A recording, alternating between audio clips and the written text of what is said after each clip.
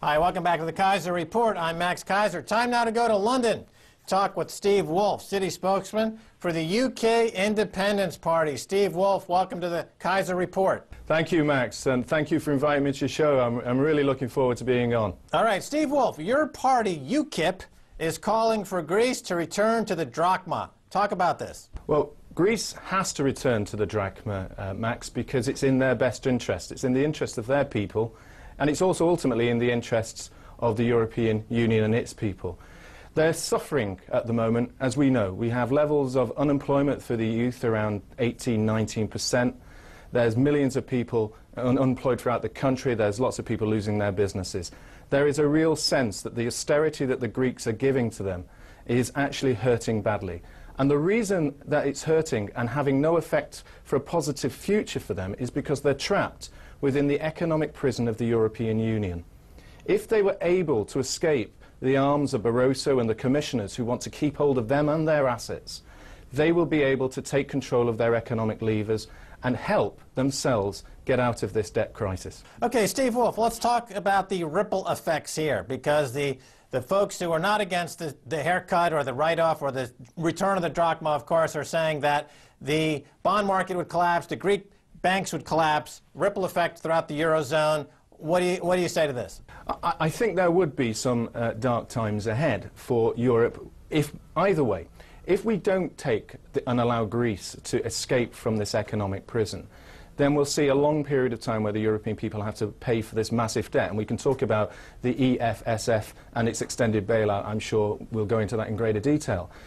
But if we do allow them, there would certainly be some form of ripple effect. But would that necessarily be as bad as the doomsayers of Christine Lagarde and the IMF and the European Union? I'm not so sure it was. What we're doing is, when we're hearing them say Europe will collapse into a mess, they are trying to scare us into not doing something that we should be allowing Greece to do, which is give them their freedom. There's no doubt, and I'm sure you hear this all the time, that Baroness Ashton and her team of diplomats are wandering around Washington threatening that if the bailouts don't occur, then we will have 1930s-style unemployment and recession throughout Europe. There'll be doom, there'll be gloom, there'll be the rise of the far right. That, I don't believe, will happen. This is them trying to protect their jobs, and they're also trying to protect this creation of a country called the United States of Europe. The ripple effect will be there, but don't believe it to be as bad as they are trying to paint out. Steve Woolfe, can people point to Iceland and say that, well, you know, they basically defaulted, they took their medicine, 2 years later they're now growing? Is that an accurate comparison? And if so, why aren't more people making an issue of this and making that comparison? That is a perfect example, as is also looking back to the days of Argentina and Brazil when they defaulted as well. They were given the opportunity to take hold of their economic levers. And let's look at the positive things that could happen for Greece.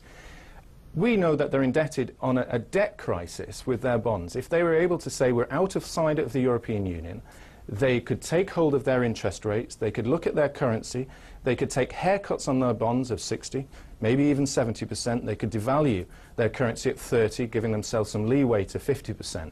This would encourage other businesses to come to Greece. Certainly would encourage those who are tourists from the UK going to Greece, if you've ever seen the prices in the holiday resorts in Greece at the moment. But also look at the very important positive factors of the Greek economy. Greece has assets, and some of those assets that aren't coming out into the public domain are their oil and gas reserves. We have received reports that only a few years ago, 7 Scandinavian companies were offering around 250 billion for the gas assets that are outside Crete, etc. Those are assets that could be used to help Greece in the future rebuild its country, but only if Greece was able to get hold of its own economic powers. It can't do it whilst it's trapped within the European Union. Let's talk about the UK for a second, because the UK did not join the euro, and people are saying that they're insulated from the euro crisis. However, the banks in the UK own much of this toxic debt from continental Europe. And so what are the ripple effects, and how do they get into the UK? And what is David Cameron doing about it, if anything? Is he telling the people in Britain accurately what's going on here? David Cameron certainly isn't giving the people of Britain the truth about the indebtedness that Britain is connected to the European Union. When you're looking at this bailout, we are having to pump billions into the IMF to support this. This is money that could be used to help the banks that would have to face some of the detrimental effects of Greece defaulting. We could use them to shore up the capital and increase the Tier 1 requirements of those banks. In addition, by being a member of the European Union, we spend around £55 million a day to the European Union. That money could also be repatriated back to preserve the economy of the United Kingdom whilst we're going through the bad times. David Cameron doesn't want to let the public know that we are contributing to these bailouts through other means, such as the IMF, and he doesn't want us to know the true effect of what would happen if Greece was to bail out, or the opportunities for Greece, because to do so would endanger this project of being in the European Union. The crisis is unwinding in real time, and leaders appear to be paralyzed. Every talking shop leads to another talking shop. Their policy seems to just let this train wreck happen and then pick up the pieces afterward. There's no proactive policies whatsoever, and I'm sure that the pivotal country here is Germany. Let me ask you about Germany for a second, because on one hand, they have benefited by the cheap euro in terms of their export market, and it's the first or second biggest exporter in the world. On the other hand, if there's a huge consolidation due to a collapse, that'll most likely be run through Berlin. So they really are playing two sides of the aisle here. Is Germany, how do you see Germany in all this? As a kind of a hapless bystander to a calamity that no one saw coming? Or are they more behind the scenes orchestrating something here? Well, I'm not sure that we can be safely certain that anyone's orchestrating this behind. I mean, I think you have to turn around to go to Horst Köhler, who was the former German finance minister, in 1992, when he said that the southern countries would not be bailed out by the northern countries. This is not what the euro was about. But actually, that is what the people of Germany believed. They never believed that their hard work or the taxes would be used to bail out any country that allowed themselves to get into substantial debt. They didn't also believe that we were going to have a country called the United States of Europe. So what you're seeing in Germany is a realization that for many of them, like many of us in the United Kingdom and the rest of Europe, have been fooled by a political class who have one agenda. If you take some of the polls that happened over the weekend, as UKIP have read and I've seen have been published, 48% of Germans now would start supporting a Eurosceptic party, i.e. one of those that believes they should get out of the European Union. But you have to ask yourself, why are they doing that? They don't want to see the danger of the bailouts affecting their country. They don't want to see their lifestyles affected in the same way. They know that if they put debt upon debt to build more debt, which is effectively what this new bailouts from the EFSF is, it's, you know, a country default scheme. It's a large Ponzi scheme of debt derivatives. They don't want to be part of that because they know ultimately it will be Germany that is on the line.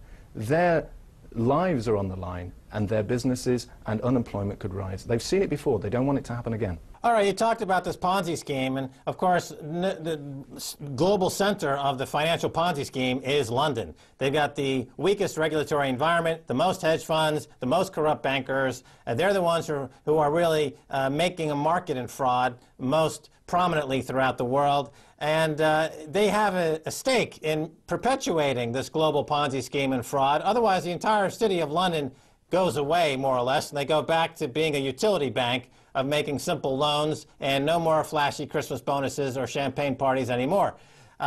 Is David Cameron basically just completely in the pocket of the banksters at this point, and there's no hope for any accountability at all in the City of London? Well, I don't think that David Cameron can be seen to be a supporter of the banks in the United Kingdom, or indeed the financial services industry as a whole. But let me just cut in here for a second, because during the recent looting episodes in the UK, Cameron's out there castigating the looters, while at the same time he is petting and grandizing all of the looting bankers. He seems to be talking out of both sides of his mouth. I mean, either he believes in looting as a business model for his country, or he's against looting. He has to pick one or the other. The UKIP, I would imagine, has a position. What's UKIP's position? Well, UKIP's position on the financial services industry in the UK is very clear.